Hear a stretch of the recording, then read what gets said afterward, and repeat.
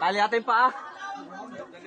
Tali natin pa. Eksena yan nang na-corner ng ilang residente ng Barangay San Isidro, Antipolo City ang isang lalaking nag-akyat bahay umano pasado alas 3 ng madaling araw kanina. Tinangkang tumakas ng sospek na nagpupumiglas pa kaya't napilitan ng mga tao at barangay na itali siya sa poste. Ayon sa barangay, 2 bahay ang nabiktima ng sospek na si alias Bay.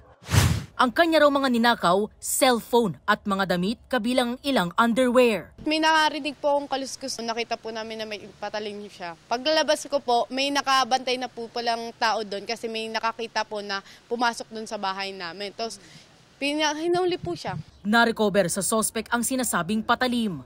Ito si Bay, talagang notorious na magnanakaw, akit bahay at involved din to sa drugs.